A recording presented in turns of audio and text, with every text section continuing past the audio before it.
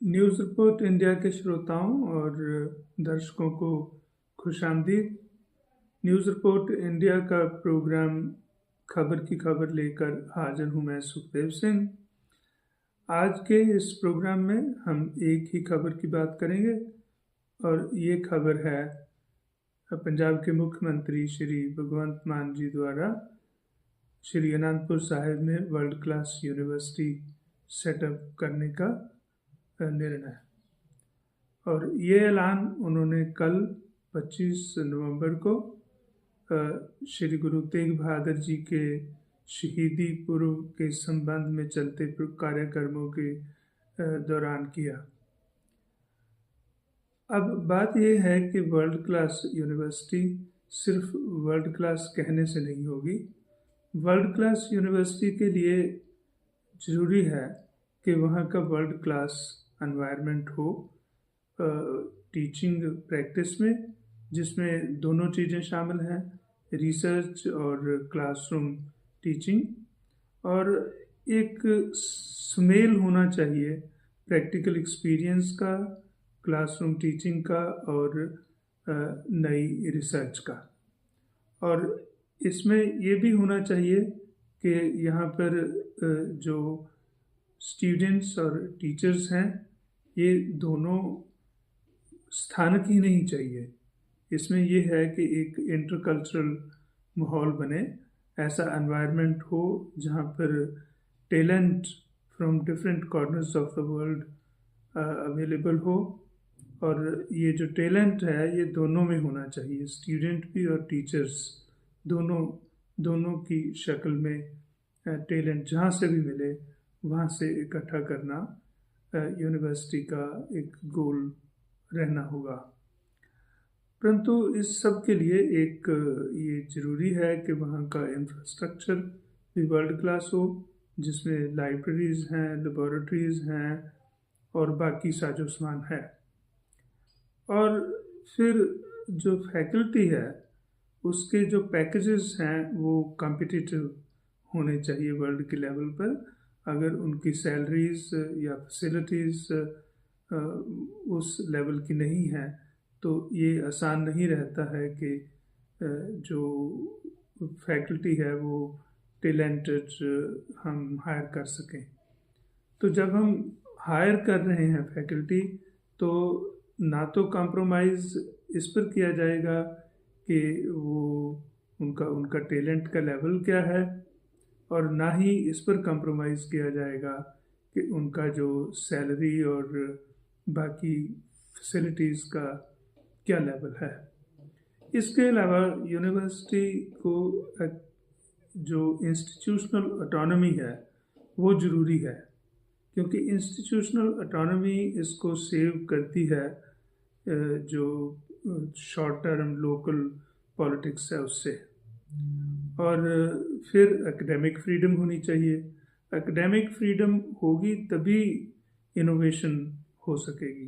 Academic freedom होगी तभी कोई लोग जो हैं वो अनकन्वेंशनल या किसी एक अलग तरह की पोजीशन ले पाएंगे। और इस सब के लिए एक चाहिए भारी रिसोर्स, जिसमें बहुत ज़्यादा पैसा चाहिए। पहले तो ये है कि लैंड और बिल्डिंग्स और इंफ्रास्ट्रक्चर जो एकदम पहले खर्चा हो गया वो है, और उसके बाद उसको रन करने के लिए भी लगातार खर्चा हो। इसकी एक्सक्लूसिव डिपेंडेंस जो है, अगर वो सिर्फ गवर्नमेंट के ऊपर रहेगी या प्राइवेट सेक्टर के ऊपर रहेगी, किसी भी एक सेक्शन के ऊपर रहेगी, तो वो फिर कई बार कॉम्प्रोमाइज़ हो जाती है इन ड्यू सर्कमस्टांसेस।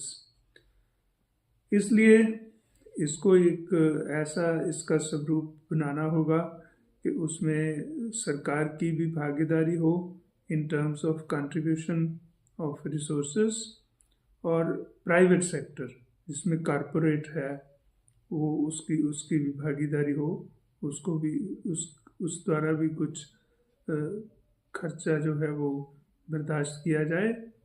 और फिर जो फिलैंथ्रोपिस्ट्स हैं, जो दानी लोग हैं, दान की राशि जो है वो काफ़ी या तो एक ही यकमुश्त हो एक ही बार, या फिर रेगुलर भी।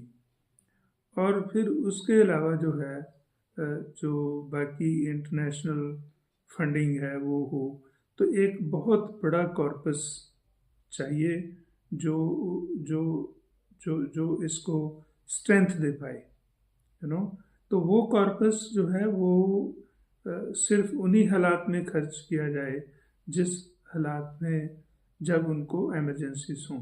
अदरवाइज रेगुलर बेसिस पर एक रेगुलर ग्रांट का इंतज़ाम करना ज़रूरी है।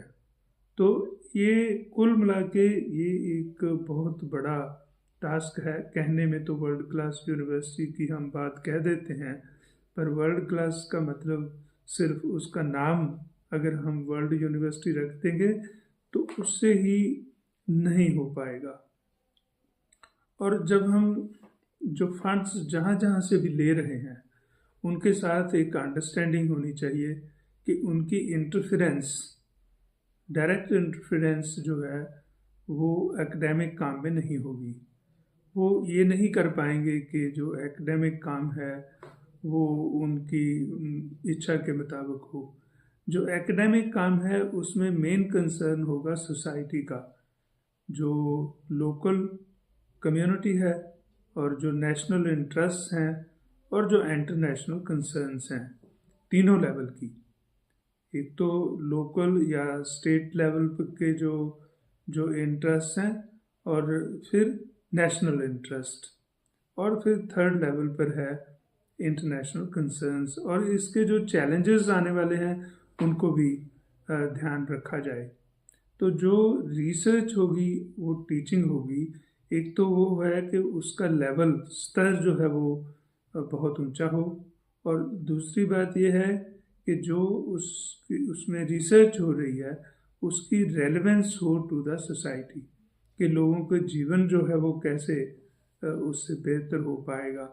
अगर तो फिर इसके लिए ये ज़रूरी है कि कुछ ऐसे एरियाज़ सेलेक्ट करने पड़ेंगे, कीपिंग इन माइंड कि हमारे रीजन की नीड्स क्या हैं या कंट्री की नीड्स क्या हैं।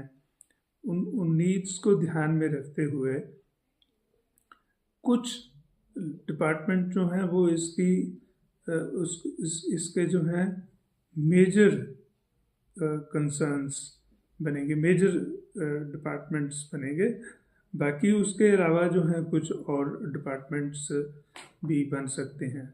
ये यूनिवर्सिटी अफिलिएटेड यूनिवर्सिटी ना हो, ताकि इसके ऊपर ये जो बर्डन है जो कॉलेजेस या दूसरे इंस्टीट्यूशंस जो एफिलिएटेड इसके साथ हैं उनकी मैनेजमेंट के लिए इसकी कोई जवाबदेही हो या जिम्मेदारी हो, या उनका एग्ज़ामिनेशन कंडक्ट करने की मजबूरियां हों।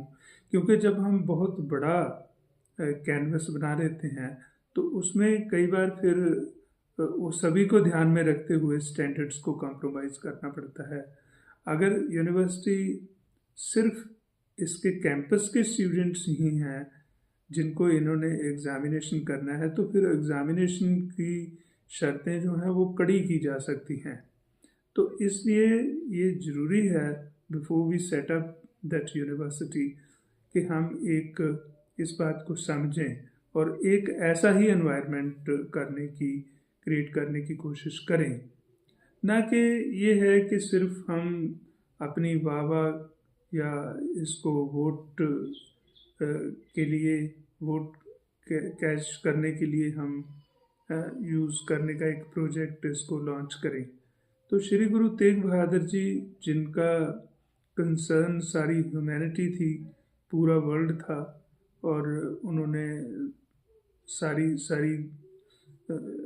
यूनिवर्स में ये मैसेज फैलाया कि ह्यूमन राइट्स हैं या जो रिलीजियस चॉइसेस हैं वो इंडिविजुअल फ्रीडम है।